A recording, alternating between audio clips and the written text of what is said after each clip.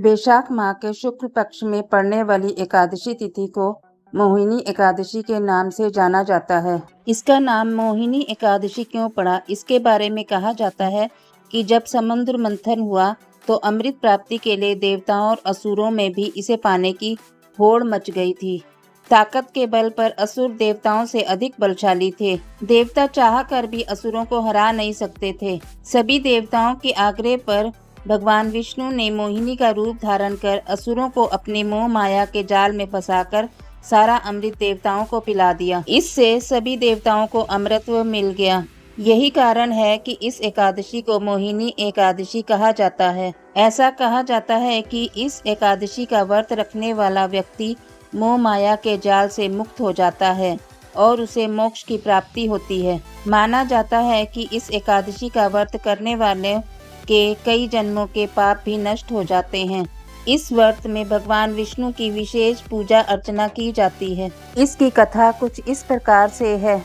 भद्रावती नगर सरस्वती नदी के किनारे पर बसा था, जिस पर चंद्रवंशी राजा धृत्यमान राज्य करता था।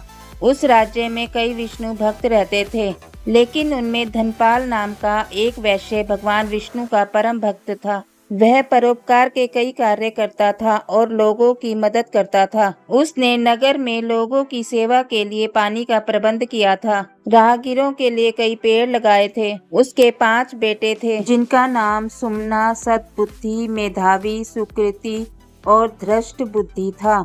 इनमें से धृष्ट बुद्धि पापी, अत्याचारी व अधर्मी था। वह पाप कर्मों में लगा रहता था। धनपाल उससे बहुत परेशान था और एक दिन तंग आकर धनपाल ने धृष्ट बुद्धि को घर से निकाल दिया।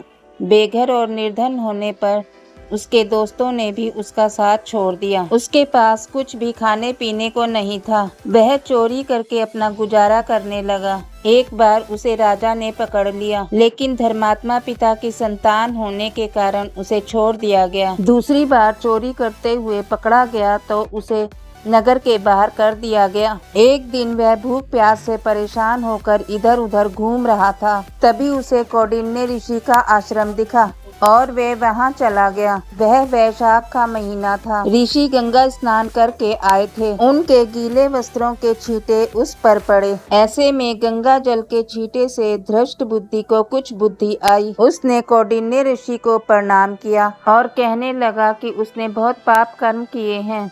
इन पाप कर्मों से मुक्ति का मार्ग बताएं। ऋषि कौंडिन्य को धृत दृष्टि पर दया आ गई। उन्होंने कहा कि वैशाख शुक्ल एकादशी को मोहिनी एकादशी का व्रत करो, इससे तुम्हारा उद्धार होगा। इस व्रत को विधि पूर्वक करने से समस्त पाप नष्ट हो जाएंगे और तुम पुण्य के भागी बनोगे। उन्होंने मोहिनी एकादशी के व्रत की पूरी विधि बताई। मोहिनी एकादशी के दिन उसने ऋषि के बताए अनुसार विधि विधान से व्रत किया और विष्णु पूजन किया। व्रत के पुण्य प्रभाव से वह पाप रहित हो गया।